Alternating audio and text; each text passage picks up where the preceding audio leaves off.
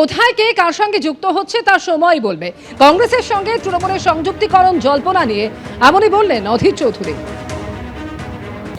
কোথায় কিছু যুক্ত হচ্ছে, কোথায় বিযুক্ত হচ্ছে, কোথায় সংযুক্ত হচ্ছে, কোথায় মার্জার হচ্ছে, কোথায় অ্যাকুইজিশন হচ্ছে, এই ব্যাপারে আমি জানি না কিছু।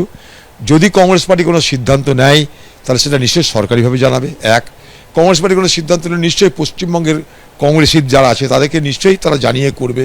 এটা গেল দুই। স্বাভাবিকভাবেই যখন যা হবে তখন সেটা বলার জায়গায় আমরা থাকবো।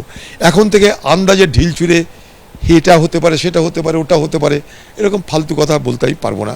কোথায় যুক্ত হচ্ছে, বিযুক্ত হচ্ছে, সংযুক্ত হচ্ছে, সময় বলবে। দল ভেঙে চুরমার হয়েছে পরিষদীয় দলের পর সংসদীয় দলেও ভাঙন স্পষ্ট হয়েছে তৃণমূল কংগ্রেসে। আর এবার তৃণমূল কংগ্রেস কি কংগ্রেসের সঙ্গে জুড়তে চলেছে এই প্রশ্ন সামনে আসছে। তার কারণ এরই মধ্যে সোনিয়া গান্ধীর সঙ্গে দুবার বৈঠক করেছেন মমতা বন্দ্যোপাধ্যায়, এবং যেটা জানা যাচ্ছে যে তৃণমূলের সংযুক্তিকরণ নিয়ে প্রস্তাব দেওয়া হয়েছে কংগ্রেসের একাংশের তরফে। কঠিন অবস্থায় তৃণমূল জুড়ে যাক কংগ্রেসের সঙ্গে, সহসভাপতির পদ দেওয়া হতে পারে মমতা বন্দ্যোপাধ্যায়কে, জাতীয় সাধারণ সম্পাদকের পদ দেওয়া হতে পারে অভিষেক বন্দ্যোপাধ্যায়কে। এই প্রস্তাব সোনিয়া গান্ধীর পক্ষ থেকে দেওয়া হয়েছে মমতা বন্দ্যোপাধ্যায়কে যে পুরনো দলেই ফিরুন মমতা।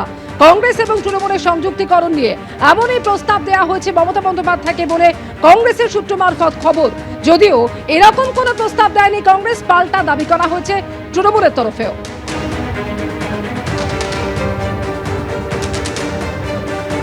প্রধানমন্ত্রীর ডাকা বৈঠকে যোগ দিতে দিল্লিতে মুখ্যমন্ত্রী শুভেন্দু অধিকারী। ইন্ডিয়ান মুখ্যমন্ত্রীদের সঙ্গে বৈঠকে প্রধানমন্ত্রী, দিল্লিতে প্রধানমন্ত্রীর ডাকা বৈঠকে যোগ দিতে মুখ্যমন্ত্রী শুভেন্দু অধিকারী।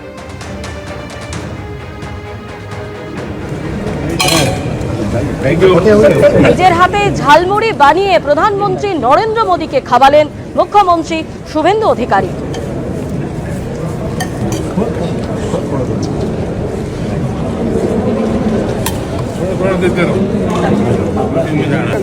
সন্ধ্যে 7টায় জাতির উদ্দেশ্যে ভাষণ দেবেন প্রধানমন্ত্রী নরেন্দ্র মোদী।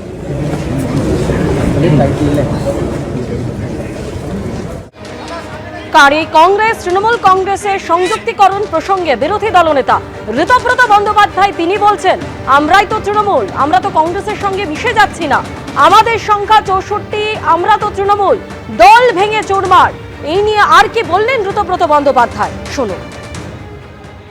এখন আমরা তো এখানে তৃণমূল কংগ্রেস, আমরা তো মিশে যাচ্ছি না, কিন্তু আমরা রয়েছি তো তৃণমূল কংগ্রেস।